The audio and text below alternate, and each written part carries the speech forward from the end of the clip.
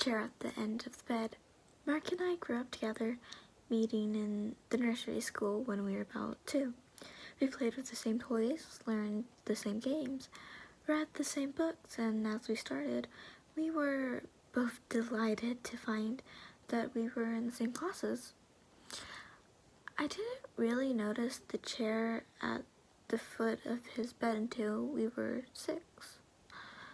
We were playing Super Nintendo in Mark's room, being ramblous and probably making a lot of noise.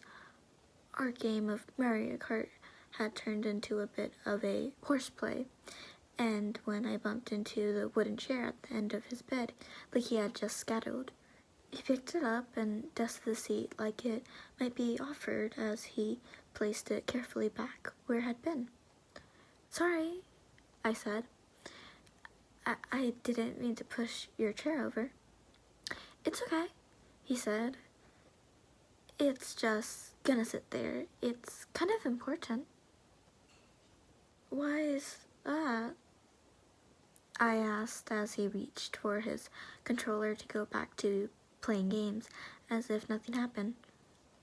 "Oh, because it's where my guardian angel sits at night," he said in a way that made it very clear this was both something he believed in and was as normal to him as toast he had for breakfast. When he noticed I hadn't picked up my controller to begin playing again, he looked back at me in a confused and seemed surprised by my look of stunned interest. "You're what?" "My guardian angel," he said, with a little laugh. "What, you don't have one at the end of your bed every night?" I told him I didn't, and he seemed surprised. Mom said everybody had them." He tried to go back to the game again, but I found myself much more interested in his guardian angel than our game of Mario Kart. As kids, you get used to hearing your playmates shout all kinds of odd things that sometimes don't make sense. This, however, had seemed disordered by a grown-up to a kid barely into his 7th year. The word of an adult was still something I put a lot of stock into. If his mother had told him this, then it had to be true. And if a real angel sat at the end of his bed every night, then I wanted to know more about it, or even see it if I could. Okay. So when I was little, I woke up and found something by my foot at the end of my bed. That scared me a bit. I thought it was a monster at first, but when I went to go tell my mom about it, she said it was my guardian angel. After that, we left him a chair so he could sit, since before he had been sitting on the bed. "And it comes back every night?" "Every night," Mark said proudly. "And now that I'm not afraid of him, since I know he's watching over me." The whole thing interested me greatly. Mark's family didn't strike me as particularly religious. I didn't even think they went to church. So the idea of Mark having a guardian angel and not me was a bit weird.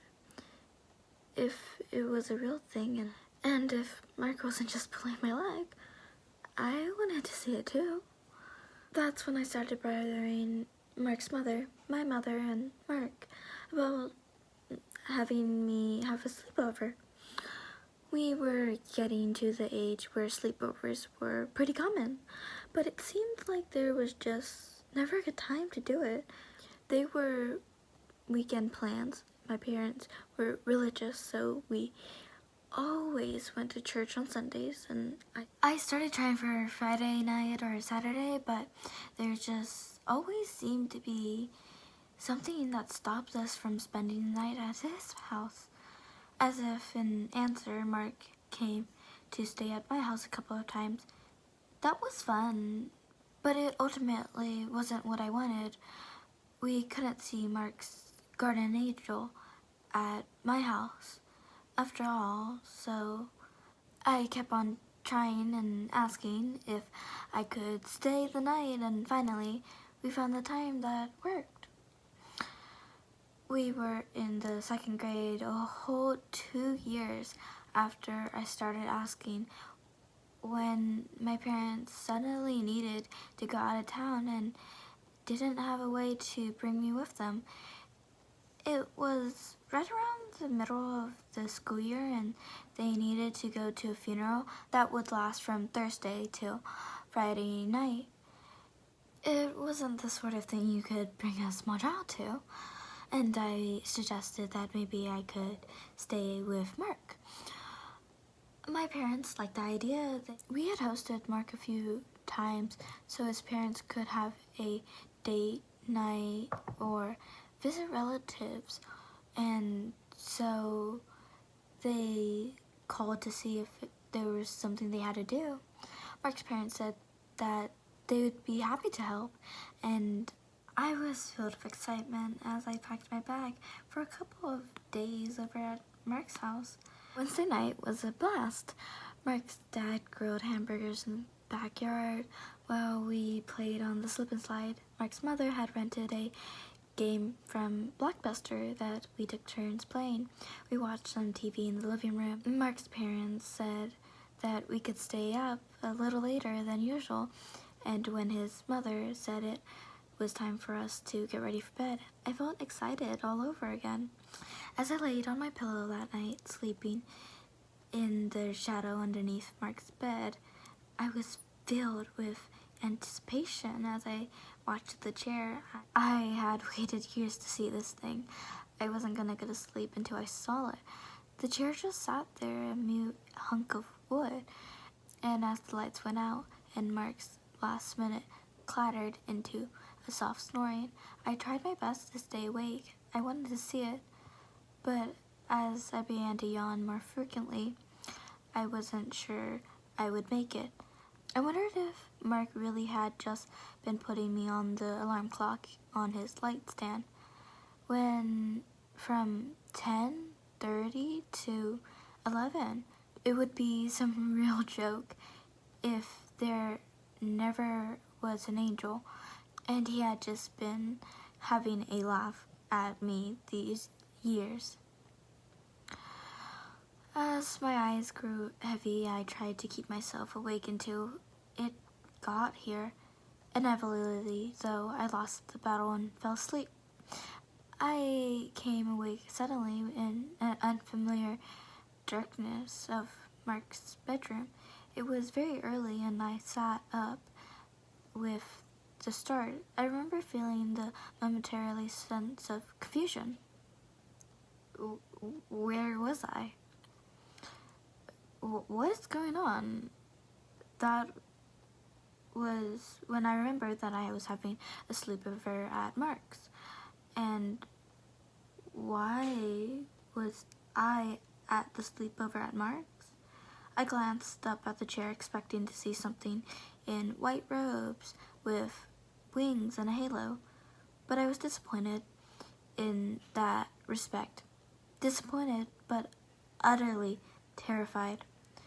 What I saw was a shapeless shadow that vaguely had human proportions. The dimensions seemed to move when I watched it, though I don't think it had noticed me. It was leaning forward in the chair, staring at Mark like a hungry shark, and it didn't turn to look at me until I started screaming. It shifted its soupy face towards me, and I saw a pair of dancing red eyes imitating the Masha. It went right on looking at me until someone turned the lights on, and as the room came into view, the creature was just gone. Mark's mother was sympathetic, asking what happened. I lied to her and told her I had just had a bad dream. She bought it, but I think Mark knew what I had seen. He tried to ask me about it, but I rolled over and faced the wall as I pretended to go back to sleep. Mark tried again as his Mark took us to school the next day, but I didn't want to talk about it. I was very terrified of what I had seen, as I was disappointed at the outcome of my curiosity. My parents picked me up from school that day, having gotten back a little early. I think they sensed that something had happened. I slept more soundly in my room, in my own bed, than I had before, and I never asked to sleep over at Mark's house again. I may have never asked to spend the night at his house, but Mark and I remained good friends.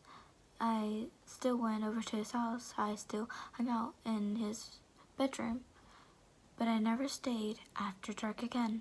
Incidentally, since the sleepover had been such a success, my mom let Mark stay over at our house more often. This seemed to work better for Mark's parents too, and looking back, I don't think they got along well. They argued a lot, and many of the trips they took together ended abruptly without helping their marriage. When they divorced after Mark's graduation from high school, I think it was only really a surprise to Mark. They decided to sell the house and split the money. Mark decided to move out on his own and start his adult life a little earlier than he had expected. So when he asked if I wanted to be his roommate, it seemed like a no-brainer. We moved into a two-bedroom apartment near the college that Mark was attending, and it was pretty cool. We got on about as well as two high school kids moving in for the first time. There were arguments about chores, loud parties that probably bothered the neighbors, late night underage drinking sessions where we were told each other all sorts of things, and plenty of general day-to-day life stuff.